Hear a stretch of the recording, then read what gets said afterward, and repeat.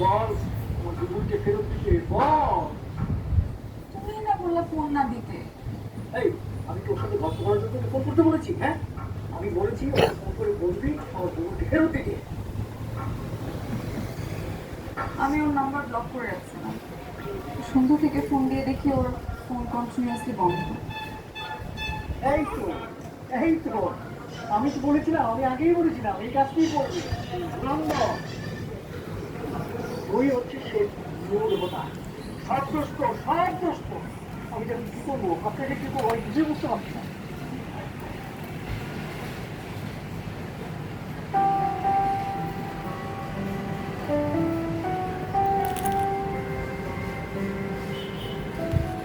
এভাবে কতদিন আর লুকিয়ে লুকিয়ে থাকবো? আমার এটা তো স্টাবলিশড হয়ে গেছে, আমি কুত্তার চোখ।